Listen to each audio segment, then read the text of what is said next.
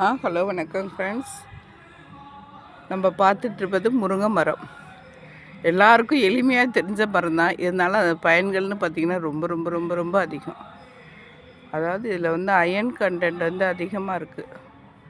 அதாவது பேங்க் மாதிரி இது வந்து ஸ்டோரேஜ் வந்து அதிகமாக அயன், பொட்டாசியம், கால்சியம் இதெல்லாம் பார்த்திங்கன்னா நிறைய இருக்குது.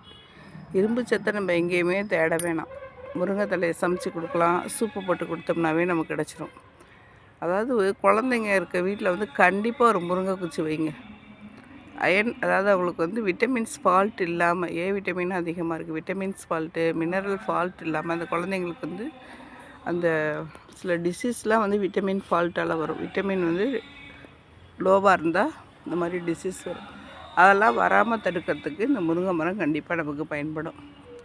இன்றைக்கி இப்போ நான் ஏன் இதை வந்து உங்களுக்கு காட்டுறேன்னா, நான் இன்றைக்கி என் பொண்ணுக்கு ஜூஸ் போடுறதுக்காக இதை பறிக்க வந்திருக்கேன். அதாவது இந்த அளவு லாங்காக இருந்த மரம் தான், எல்லாத்தையும் கட் பண்ணி விட்டோம். மேலே பூச்சி வருது பாருங்கள். அப்பப்போ கட் பண்ணி விட்ருங்க. கட் பண்ணிங்கன்னா இந்தளவு ஃப்ரெஷ்ஷாக தளைஞ்சிரும். இதுக்கப்புறம் நமக்கு வேணுங்கிற அன்றைக்கி ஒரு கிளையாக கூட உடச்சிக்கலாம். அது உடைக்க தளைஞ்சிக்கிட்டு தான் வரும். அதனால் நமக்கு தேவையான மாதிரி உடச்சிக்கிட்டு ஒரு ஜூஸ் போட்டு குடிக்கலாம். இதோட வந்து தக்காளி, வெங்காயம், ஜீரகம், மிளகு ஆட் பண்ணி லைட்டாக உப்பு கலந்து ஜூஸ் போட்டு கொடுத்தீங்கன்னா குழந்தைங்க அருமையாக குடிப்பாங்க. டேஸ்ட்டும் நல்லாயிருக்கும். நீங்களும் குடிக்கலாம். பெரியவங்க, சின்னவங்க எல்லோரும் குடிக்கலாம். உடம்புக்கு அவ்வளோ நல்லது. ஒரு வாரம் தொடர்ச்சியாக குடிச்சிட்டு பாருங்கள். கை கால் அசதி, உடம்பு வலி எதுவுமே இருக்காது. இருக்கிறவங்களுக்கு எதுவுமே இருக்காது. இல்லாதவங்களுக்கு பாடி ஃப்ரெஷ்ஷாக இருக்க மாதிரி இருக்கும். குடிச்சு பாருங்கள் ஃப்ரெண்ட்ஸ். ஒரு சின்ன குச்சி கிடச்சா கூட வைங்க. ஓரளவு விரல் மொத்தம் அந்த பாருங்கள், இந்த குச்சி வச்சிங்கன்னா கூட உங்களுக்கு முருங்கை செடி வந்து புடச்சி வந்துடும். ஒரு தொட்டியில் கூட வச்சா சின்ன மரமாக வச்சுக்கலாங்க பாருங்கள். இந்த அளவு ஸ்டெம் திக்காக இருந்தால் போதும். பெரிய கிளையை தான் கொண்டு வைக்கணும், மரத்தையே தூக்கி வைக்கணும்லாம் இல்லை. இந்த அளவு குச்சி, ஒரு முளை குச்சி வச்சிங்கன்னா ஒரு 3 மாதத்துக்குள்ளே நீங்கள் பயன்படுத்துகிற அளவுக்கு வந்துடும். என்ன இதில் ஒரு பேட் இதுன்னா, கம்பளி பூச்சி வந்து மழை சீசனில் வரும்.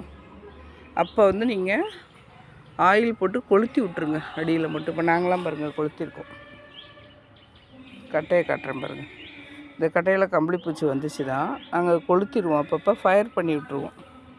அதுக்கு பயந்தோம்னா நம்ம முருங்கை மரம் வைக்கவே முடியாது, அதனோட பயனை அடையவே முடியாது இல்லையா? அதனால் ஒரு நல்லது இருக்குன்னா ஒரு கெட்டது இருக்க தான் செய்யும். வாழ்க்கை மாதிரி தான் இதுவும்.